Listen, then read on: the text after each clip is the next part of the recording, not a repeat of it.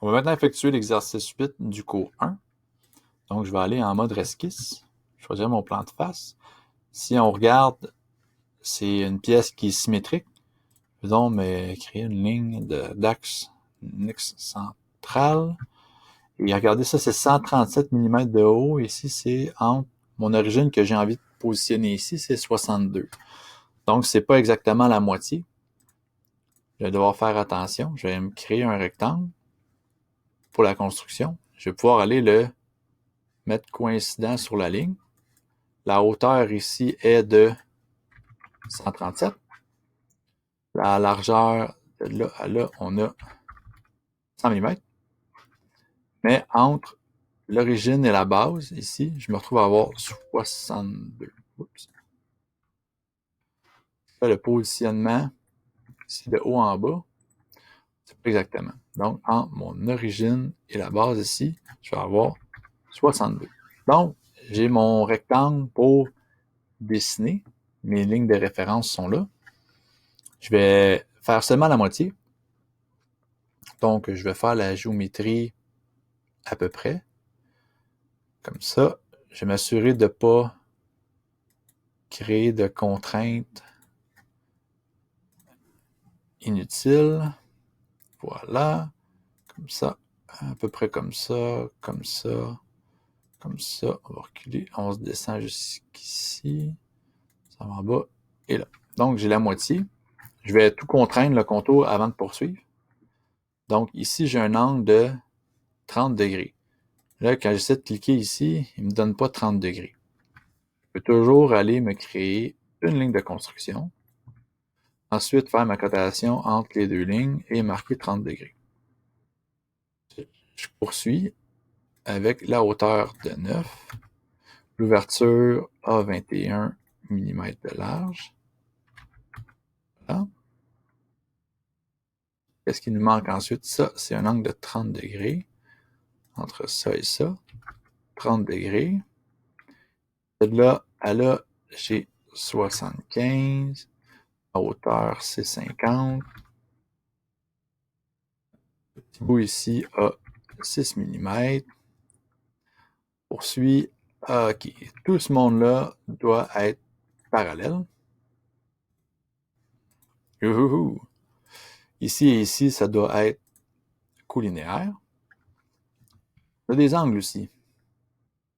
Donc, de là à là, je suis censé avoir 25 mm. Ici, j'ai un angle de 45. Ah, il me donne une surcontrainte. Qu'est-ce qui peut engendrer la surcontrainte ici? J'essaie de pivoter, je ne suis pas capable. Il y a une contrainte qui me limite. Ici, cette contrainte-là, c'est parallèle. Puis ici aussi, c'est parallèle. Donc, 12 avec 12, 13 avec 13, 8 avec 8. Où est l'autre 8? Voyez-vous, il est parallèle avec cette ligne-là. Donc, quand on fait le dessin rapidement, il y a des contraintes automatiques. Le danger ici, c'est ça.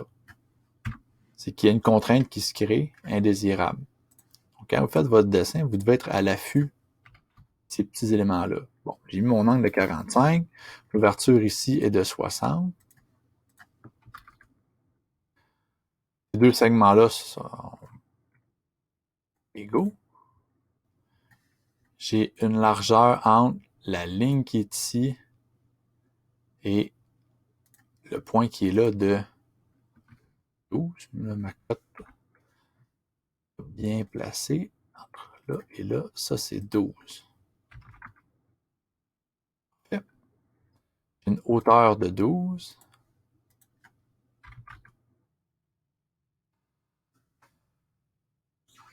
Regardez si tout est adéquat. Il reste lui et lui qui sont censés être égaux. 45, 25. Fait que là, voyez-vous, le 25 avec le dessus ici. Là, là. Bon. Ici, là, j'ai 1.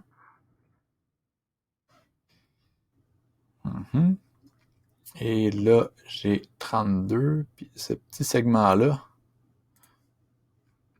ici, mesure 6. J'ai un angle de 45.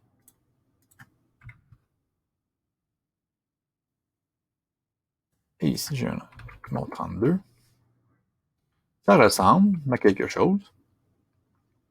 Si vous trouvez qu'il y a trop de cotes, vous pouvez toujours aller enlever certains éléments ici pour réduire là, la lourdeur au niveau du dessin. Bon. Il me reste mon petit élément ici qui peut bouger. Selon vous, c'est quoi? Le petit 60 degrés qui est sur le côté. On peut rajouter ensemble et je suis totalement contraint. Bon, maintenant, au lieu de tout redessiner, je vais cacher la cotation. Je vais créer une symétrie. Symétrie, les entités. Moi, je suis un adepte de sélectionner les choses. On pourrait faire sélectionner tout. Mais des fois, on a des petites surprises. Surtout si on a deux segments un par-dessus l'autre, ou des fois, là, on a fait des ajustés, puis il reste des petites lignes. Symétrie par rapport à l'axe central. Et voilà. Donc là, j'ai le contour de fait. Il va me rester les étoiles. Je vais faire une position, là. Je vais carrément me créer un axe de référence ici. Pouvoir positionner la croix, qui est à une distance de 43. Il va me rester à faire une croix. Je vais y aller simplement. Je vais en faire une, puis je vais faire une répétition circulaire ensuite. Puis là, ici, il faut s'assurer que ce soit intersection. Voyez-vous la différence entre point milieu, coïncident et intersection? Moi, je vais aller chercher l'intersection. Je vais faire la forme.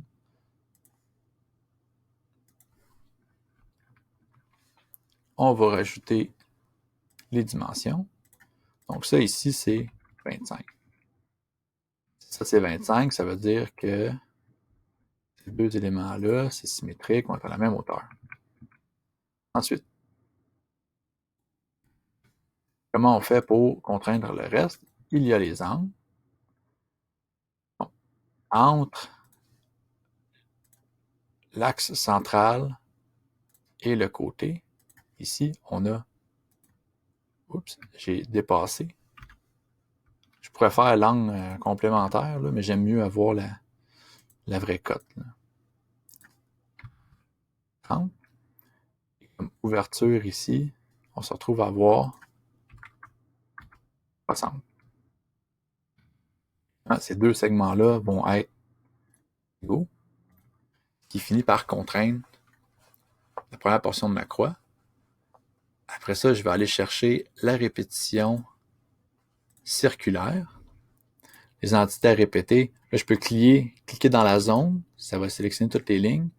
Par contre, c'est pas l'origine que je veux comme point de rotation, c'est le point qui est ici. Là, voyez-vous, il me crée ma cote. Mais là, encore là, quand on fait une répétition circulaire, souvent, il va créer des contraintes automatiques. Je vais enlever celle qui est de trop. Là, je pourrais terminer avec une symétrie. Entité à symétriser, ce sont toutes ces lignes par rapport à l'axe central. Et voilà, je suis totalement contraint. Quand on fait une symétrie, là, vous voyez ici,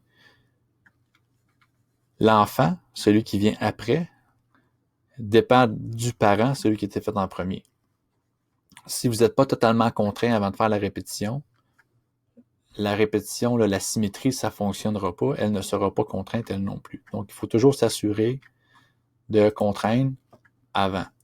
Donc, on trouve l'origine de notre pièce. On trouve s'il y a des plans de symétrie. On dessine les éléments qui sont indépendants, les éléments dépendants. Après ça, on s'occupe des transformations comme les répétitions linéaires, les répétitions circulaires et les symétries. Ça va faciliter votre dessin et éviter les erreurs.